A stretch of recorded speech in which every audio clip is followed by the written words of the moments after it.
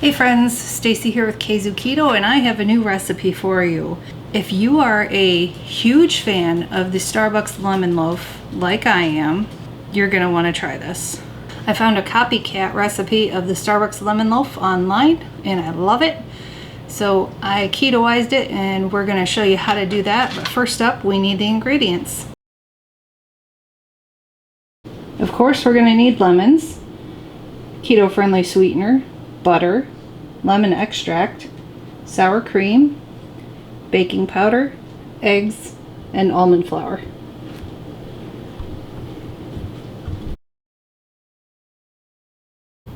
First step, preheat that oven to 350 degrees. Okay, are you ready? Let's do this. I've got a bowl. I've got my whisk attachment. What I'm going to do first is put in my dry ingredients. Use this by hand and kind of mix them around. And then we'll start putting in the wet ingredients. We're going to start with 2 cups of almond flour, 1/3 of a cup of the keto-friendly sweetener, and 1 teaspoon of baking powder. And last, we need a teaspoon of lemon zest.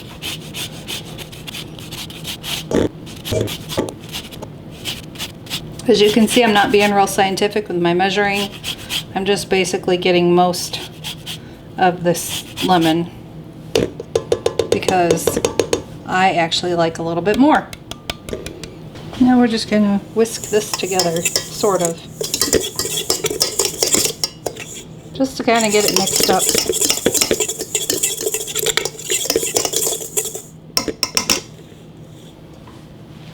One teaspoon of lemon extract, 4 tablespoons of sour cream, 2 eggs,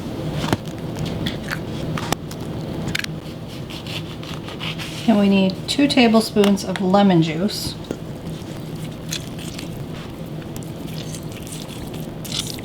and last we're also going to need a 1/4 cup of melted butter.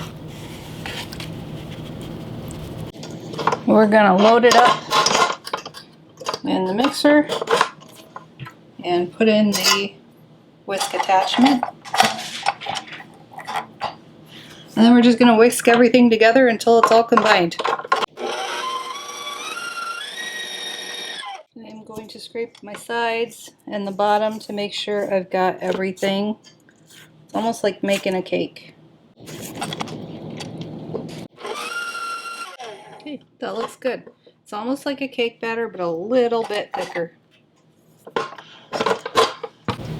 I would say what you're looking for is like a brownie batter like consistency, but just a little bit stiffer.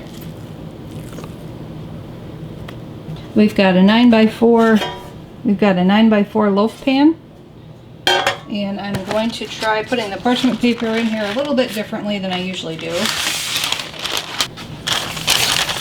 Normally I kind of crunch it all up and ball it up and then just stick it in there and hope it stays. This time around I'm going to try something a little different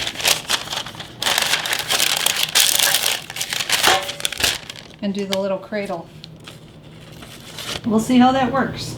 Now we're just going to put all the mixture in here.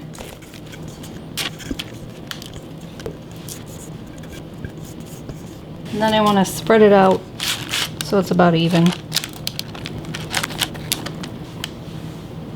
And now, just like a cake, we're going to throw it in the oven for about 30 minutes. You just want to make sure that your toothpick comes out clean, so put it in for 25 and check it, because you know everybody's oven differs. But in the oven it goes. All done. Now I'm going to pull it out of the pan without burning myself, hopefully. Look at that. Worked out perfectly. And I still have a clean pan. All right, we're going to let this cool, and then we'll try it. And we're here for the taste test. Now, I didn't make the icing that's usually on top because it's not actually my favorite part of the Starbucks bread. Oh. So I would say if you want to make the icing, go ahead and use like keto-friendly confectioner's sugar and add a little bit of water, maybe some heavy cream to it until it gets to a really thick consistency, and then pour it over the top. But I would wait until it's completely cooled. So, cheers. Cheers.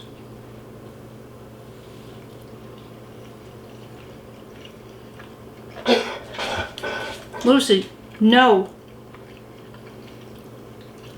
Pretty good. It's a little drier than the... It is a little drier, but that happens all the time with keto. But one thing that I've noticed with it is the Starbucks Lemon Loaf kind of punches you in the face. Which I don't mind. But this doesn't punch you in the face. It's being punched in the face.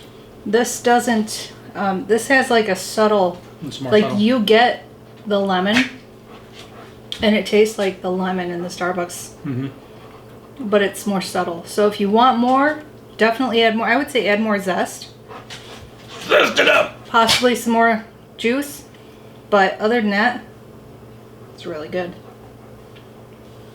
So if you try it, let us know. Let us know if you make any changes, if you add more zest, if you add less zest, more lemon juice, less lemon, you know, whatever you do. If you made a topping for it. Maybe add some blueberries to it. Could be delicious. That said, that's it for this video. Thanks for watching. Thanks for subscribing. If you're not subscribed, please feel free to do so. It doesn't cost you anything and it helps us out a ton. Feel free to share the video and get it out there to anybody you think that might be interested in this recipe. And until next time, we'll see you later. Helps if I plug it in. That said, that's it for this video. Thanks for subscribing. Shit.